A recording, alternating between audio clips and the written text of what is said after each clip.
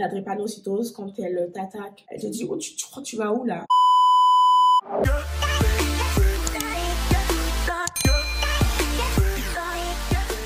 Hello motherfuckers, welcome back to my channel guys. J'espère que tu vas bien, merci d'être parmi nous aujourd'hui. Alors aujourd'hui nous allons parler de drépanocytose, complications et tout ce qui va avec.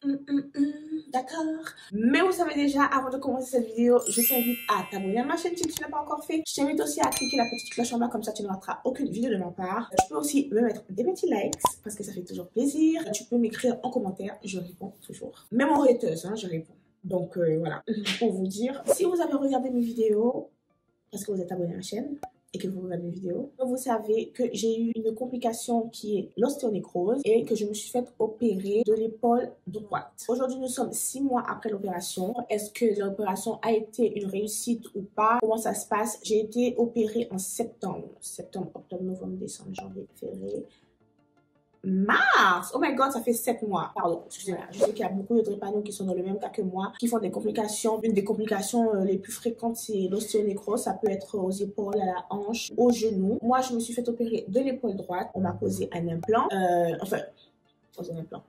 On m'a posé une prothèse au niveau de l'épaule droite parce que j'avais plus du tout clairement, j'avais plus de cartilage, j'avais plus d'épaule en fait. Je vais vous expliquer comment ça se passe, si l'opération a été une réussite pour moi, si ça a changé ma vie ou pas. Alors pour commencer, comme vous savez, votre go, elle a une drépanocytose très sévère, ok? Du coup, bien sûr, je savais très bien que j'allais criser. J'ai choisi de rester 2-3 jours à l'hôpital en sachant que je resterais bien sûr hospitalisée parce que je me connais, je connais mon corps. Je suis restée, j'ai fait une crise, j'étais en réanimation et tout. Vous connaissez le topo, normalement si vous avez regardé mes vidéos, vous savez déjà. Bref, pour l'opération, elle s'est très bien passée en soi. C'est le après qui a été horrible pour moi. En rentrant à la maison, donc j'étais en attelle. Il faut la porter pendant 6 à 8 semaines. J'avais le bras comme ça, bien sûr, pas de mobilité. Je l'enlevais seulement pour aller me doucher. Il faut le garder toute la journée, à part quand tu te douches et après tu le remets même pour dormir, tu restes en attelle. J'ai expliqué déjà que l'ostéonécrose, c'était une douleur qui est inexplicable, inimaginable. C'est une douleur où tu veux te taper la tête contre le mur. Donc, je vous laisse imaginer le degré de douleur que j'étais avant de me faire opérer. Avant de me faire opérer, j'ai perdu aussi la mobilité de mon bras. Je ne pouvais pas le lever. Et mon bras, c'était un légume, d'accord? Du coup, quand je suis rentrée à la maison et que j'étais en attelle, ma douleur était aussi intense que avant l'opération. Je ne sais pas si vous get it. C'est-à-dire que c'était toujours insupportable, intenable quoi. Mais je me suis dit bon vas-y, c'est normal, c'est le début, je vais me faire opérer, donc voilà. J'avais la visite avec mon chirurgien 1 mois plus tard. Il me demande comment ça va, je lui dis que en fait il n'y a pas de différence pour l'instant, j'ai toujours autant mal, je peux toujours pas bouger mon bras. Il faut savoir que dès que je suis sortie de l'hôpital, j'ai entamé les séances de kiné. Elle bougeait mon bras pour moi parce que je ne pouvais pas le faire. C'était 1 mois plus tard, donc on va dire que c'est normal que ça me fasse encore mal, que je sois encore gonflée. Donc voilà. Il me demande si je prends toujours de la morphine pour calmer la douleur. Je lui dis que oui, malheureusement. Et en plus, vous savez, je prenais la morphine et il n'y avait pas forcément de différence. La morphine, là, je sais pas vraiment sur cette douleur-là. Donc, en fait, je prenais la morphine, mais au final, je prenais la morphine, c'est comme si j'avais rien pris parce que la morphine ne marchait pas sur cette douleur-là. Je prenais la morphine juste histoire de, je me dis, si je peux au moins sentir les effets un petit peu, si ça peut faire un tout petit truc minime, ça me va. Et je pense que ça faisait un tout petit truc minime, mais ça ne faisait pas partie de la douleur. La douleur à l'épaule, ça a provoqué aussi d'autres douleurs. J'étais en crise constamment, ça partait jamais. C'est genre, j'étais pas forcément hospitalisée, mais la crise, elle était là, elle ne partait pas. Je dirais qu'à partir du 5e mois, j'ai commencé à de plus en plus retrouver ma mobilité. Où on en est aujourd'hui, je fais toujours de la kiné. On force un petit peu plus sur le bras. Je peux enfin, avec un peu de difficulté, mais je sais pas si vous vous souvenez en fait, je ne pouvais pas faire ça.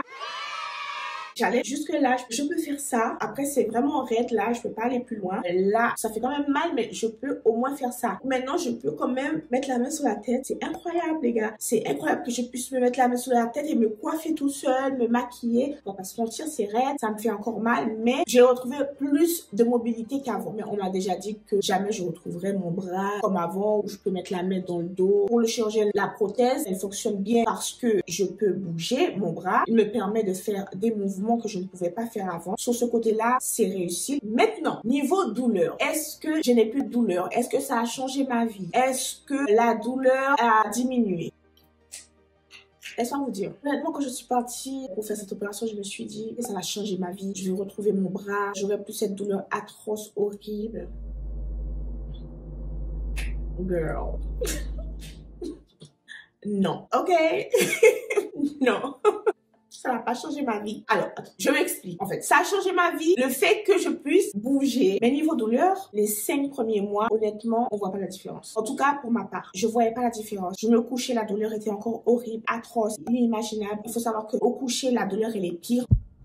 Tu essaies de te coucher sur le dos, t'as mal. Tu peux pas te coucher sur ce côté-là parce que ça fait encore plus mal. Je me couche de ce côté-là, ben ça me fait mal parce que j'ai une ostéonécrose à cette épaule-là aussi. Donc, je me couche avec le dossier vraiment relevé grâce au coussin de maternité. J'ai une phase où je me suis dit, mais cette opération, elle m'a servi à quoi en fait? J'ai souffert tout ça trop pour. Pourquoi? Pour rien. Pour continuer avec de cette souffrance atroce. Je me demandais pourquoi je suis allée faire cette opération alors que je ne vois aucune différence. À part ma mobilité, je me dis, mais cette ostéonécrose ne va jamais me lâcher. Cette douleur, elle sera toujours là. Aujourd'hui, la douleur, elle est toujours là. La douleur n'a pas disparu. Elle n'a pas dit au revoir, je ne reviens plus. Non, ok? Est-ce qu'elle est moins intense qu'avant l'opération? Oui, elle est beaucoup moins intense. Mais après, ça dépend aussi des moments. Ça dépend aussi quand je suis en crise, je le ressens plus. Je trouve que ça me fait encore plus mal. En gros, ma douleur n'a pas disparu, mais elle est un petit peu moins forte qu'avant. Avant, j'avais vraiment envie de me péter la tête contre le mur. Je me dis que la douleur, franchement, ça va, c'est supportable. L'opération n'a pas complètement été un échec, on va dire. Je trouve que c'est 50-50 quoi, en fait. Bon, ce n'est pas non plus un succès